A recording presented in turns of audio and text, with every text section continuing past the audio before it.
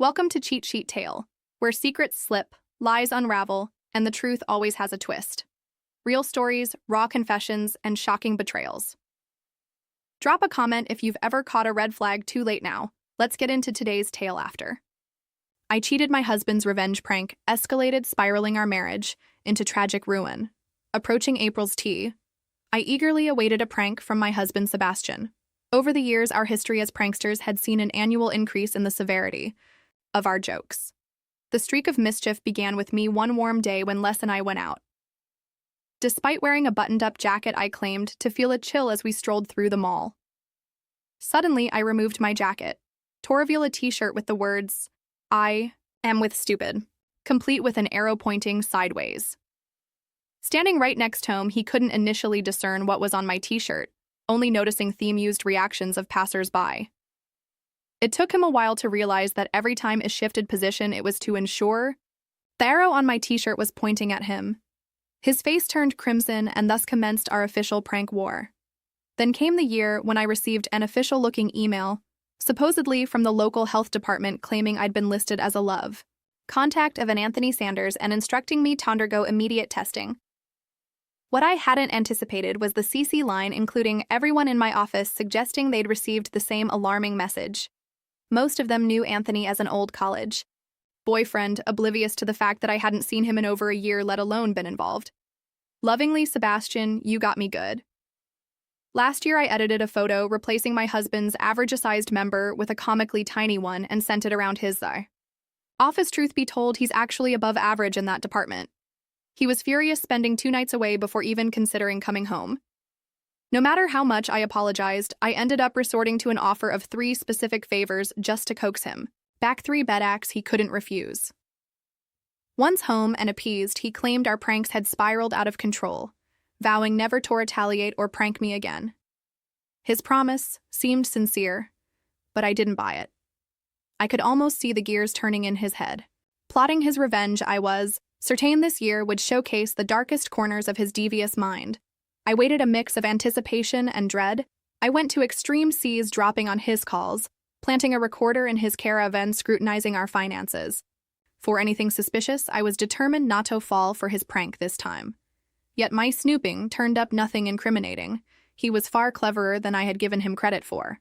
As March passed, Sebastian appeared unchanged at home while I scrutinized his every move. From midnight in March, I was on high alert, but nothing occurred right after midnight, leaving me on edge. There were still hours for him to spring his plan. I swore to be prepared for whatever he had up his sleeve. The following morning, April set. When I descended to the kitchen, he casually offered to whip up breakfast, a rare gesture that immediately raised a red flag. There was no chance I'd consume anything he prepared. I claimed I was in the mood for just cereal that morning. While pouring myself a bowl and adding milk, I discreetly sniffed it, on the lookout for any added substances. Nothing. A tentative taste confirmed its normality. I stubbornly skipped the coffee, citing a reduction in my caffeine intake. Truthfully, I avoided it because he made it. I observed him preparing his beloved ham, egg, and cheese English muffin, almost tempted to ask for one. Despite the risk, post-breakfast, we both got ready for work. Amidst checking my toothpaste for tampering and ensuring my cologne retained its usual fragrance and not a skunk odor, or everything appeared normal except for my sore anxiety. Inspected my car for any suspicious devices, wishing for one of those border-crossing mirrors on a stick to scrutinize beneath it. All seemed regular, yet my heart drummed loudly when I started the engine, testing the brakes. Unnecessarily, I scolded myself. Sebastian wouldn't resort to anything physically damaging. I repeated that to reassure myself, but doubt lingered. He was seriously upset about my last prank. At work, my enthusiastic best friend Liana eagerly greeted me and expressed her curiosity about Sebastian's antics. The previous night, I had confided in Liana about my concerns regarding Sebastian's impending April Fool's trick, recalling her support for my prank from the previous year. She jokingly requested an unaltered version of the photo, or even better, a private viewing in our bedroom. I noted her eagerness for some excitement in her life. I shared with Marcia that Sebastian had been relatively quiet, but I was convinced he was plotting something. I could sense it in the air. At night, Liana playfully commented on her love for slipping song lyrics into conversations, prompting a chuckle from me. I believe he's prolonging my suspense just to push me over the edge. Well, he doesn't have far to go right now, but mark my words. Whatever he pulls, I won't fall for it. He may be the prince of pranks, but I am the queen of jokes. We laughed, and then I finally indulged in my much-delayed morning coffee. I checked my desk for unexpected surprises and went about my work relatively normally, though occasional thoughts of what might await me later lingered. The first time my desk phone rang, I practically leaped out of my chair, chuckling at my own heightened nerves. Nothing out of the ordinary happened for the rest of the day. I half expected a delivery of risque items that would accidentally be revealed in front of my colleagues, but thankfully nothing of the sort occurred. As the workday's end neared, my anxiety skyrocketed as I hit the road, nearly missing the red light. As my mind fixated on what awaited me at home, I gave myself a light slap toward focus on driving safely. Upon arriving home, I started preparing dinner. Sebastian arrived at his usual time, appearing completely drained. I suspected it was an act, anticipating more theatrics from him soon. I asked if he had a tough day, dealing with too many graduates, struggling with basic math. Sebastian responded that my remark hit too close to home to be funny. He explained that this mood wasn't due to a challenging day, but rather an exasperating one. The quarterly report deadline had kept him occupied with mundane details and figure cross-checking usually done before lunch. Today's struggle to reconcile two totals that were supposed to match took an extra 4 hours. He even missed lunch and considered calling to say he'd be late for dinner. Fortunately, he caught the error, wrapped up the report before clocking out, and expressed being absolutely famished. He hoped dinner was on its way within 20 minutes. I suggested he fix himself a drink while I finished up, to which he responded positively, appreciating the idea. Sebastian leaned in, planting a kiss on my cheek, before heading to the cupboard where we stored the liquor. He grabbed the bourbon and mixed himself a drink before settling in the living room, tuning in to reruns of Swamp People.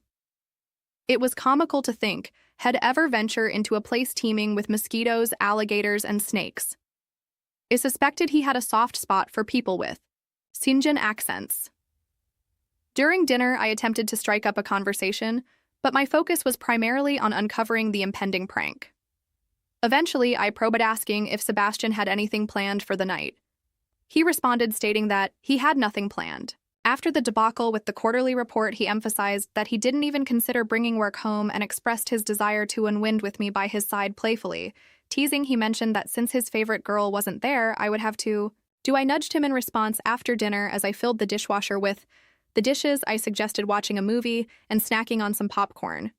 Sebastian showed interest, and after preparing the popcorn in the microwave, I brought it in a big bowl to the living room along with our usual drinks to relax. I asked Sebastian what he wanted to watch, mentioning that, while I typically preferred movies with closeness and roughness, I was open to his choice for the night. I suggested Roadhouse, noting its blend of romance, nudity, and violence, to mention Patrick Sea's physique. Sebastian chuckled in response. Sounds good to me. I haven't seen that in a while. I love the part when the stuffed polar bear falls on the thug. Was it a polar bear or a regular bear? I thought it was a polar bear, but we can see. We were watching the movie and eating popcorn. I had a couple of rum and cokes to Sebastian's bourbons, and at last, I was finally beginning to relax and let down my guard. Suddenly, the doorbell rang and my internal alarm went off. This is it, I told myself immediately. No one comes to our house unannounced after dark. I immediately put my mind on DEFCON alert status and was ready to spoil whatever dirty trick he had devised. Sebastian, of course, vehemently denied knowing who it might be. Yay, right. I went to the door and opened it. I was surprised to see there was a guy. Not just an average man, but a huge biker guy at the door. 2 others were on their bikes in the driveway. I shook my head in disbelief. I thought, Sebastian, this is going to be good.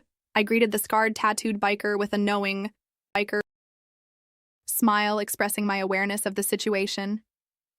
He apologized for disturbing me and asked if this was where the party was. Responding affirmatively, I slung my arm around his waist, leading him to the center of the living room.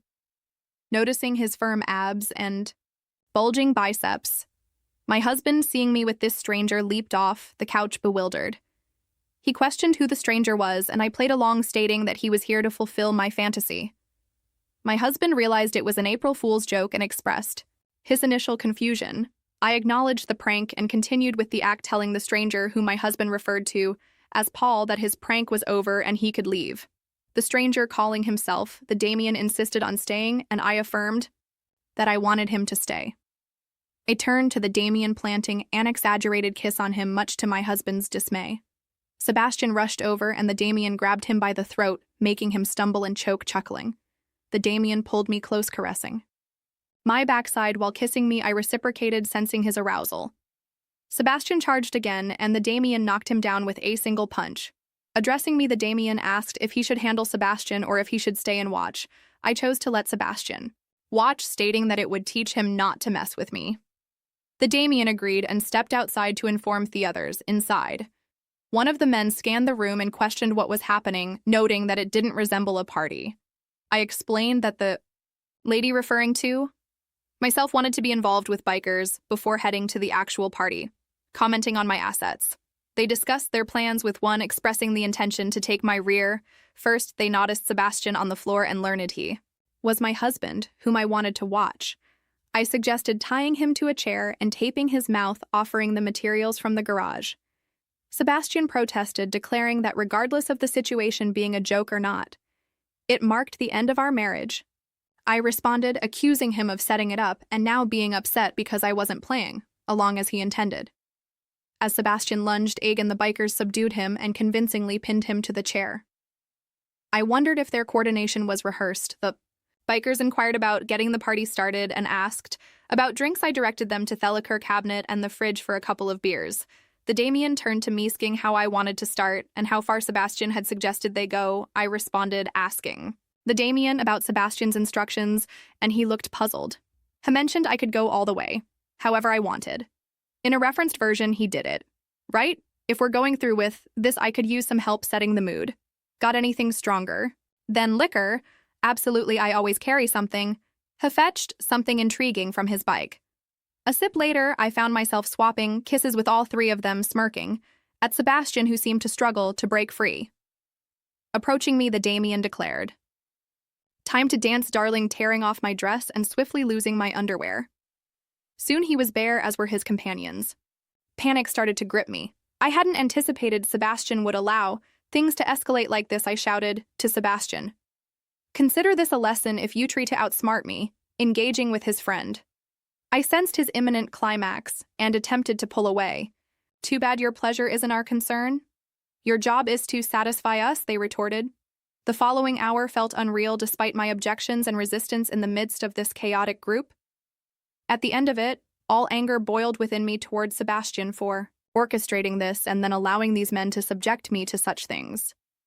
Each time I glanced at Sebastian in the chair, rage surged, yet I masked my distress. I wanted him to believe I relished it, but I couldn't let him think. His prank succeeded. After a couple of hours, the bikers departed. My movements were labored, but I managed to reach the kitchen and grab a sharp knife. When I went to release Sebastian, I discovered his wrists and ankles were injured. His ankles were bleeding, the ropes having torn into his skin. That seemed to have helped him, certainly.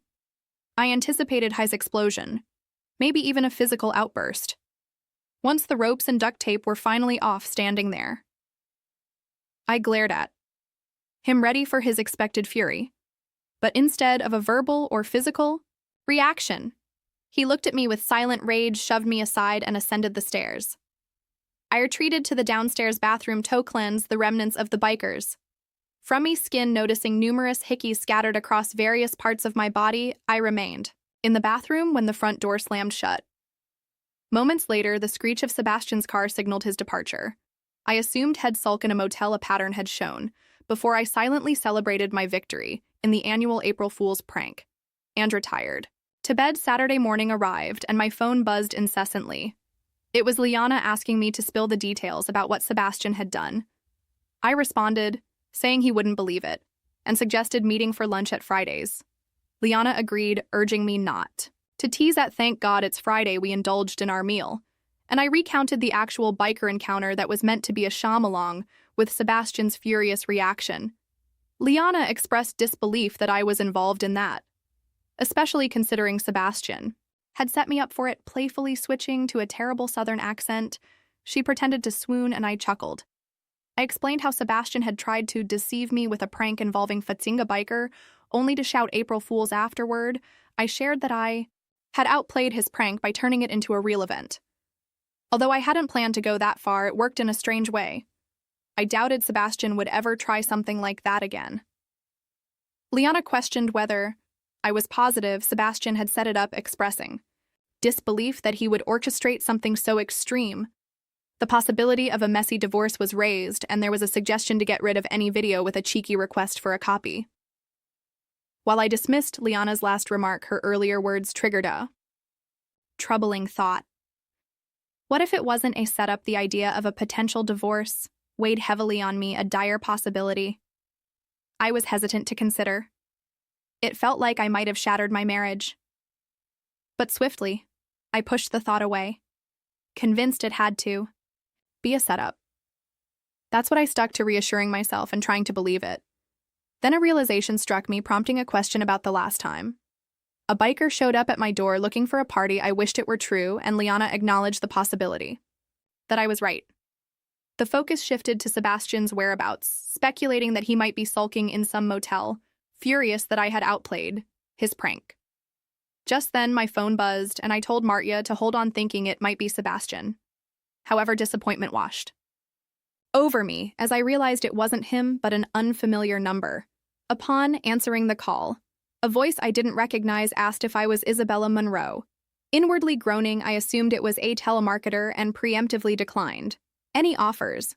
When the caller identified themselves as the police and mentioned injuries sustained by my husband, I dismissed it as another part of Sebastian's failed prank.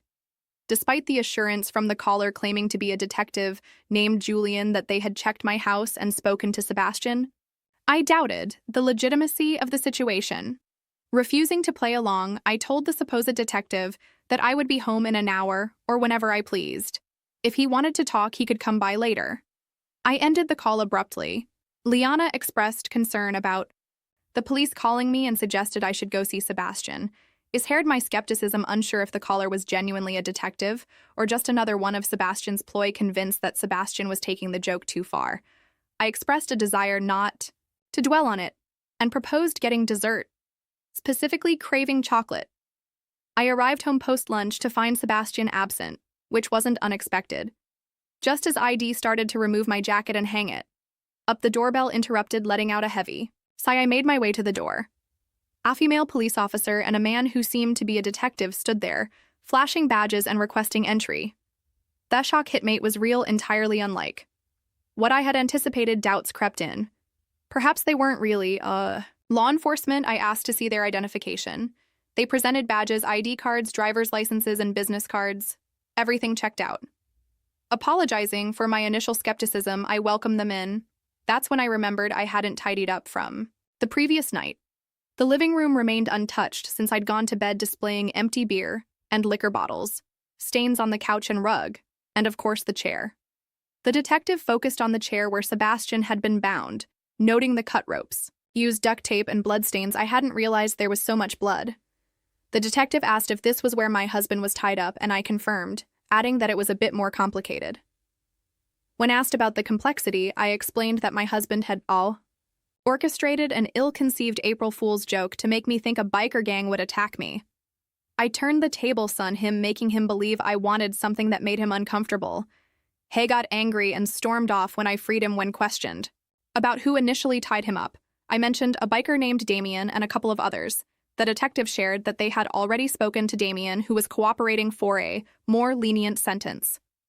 According to Damien, I had invited them for a party, requested medications, and engaged in consensual activities. He alleged that I instructed him to tie up my husband, to watch the event, claiming it was our shared interest. The detective needed to know if this was true, or if they should pursue exploitation charges against Damien as well. I attempted to explain that I had tried to stop it, but my efforts were in vain. I was trying to teach my husband a lesson in response to the mess he created, and I just went. Along with it, I hoped the detective could understand. Tears interrupted my words, and I paused before asking about Sebastian's condition and whether he was still at the ER.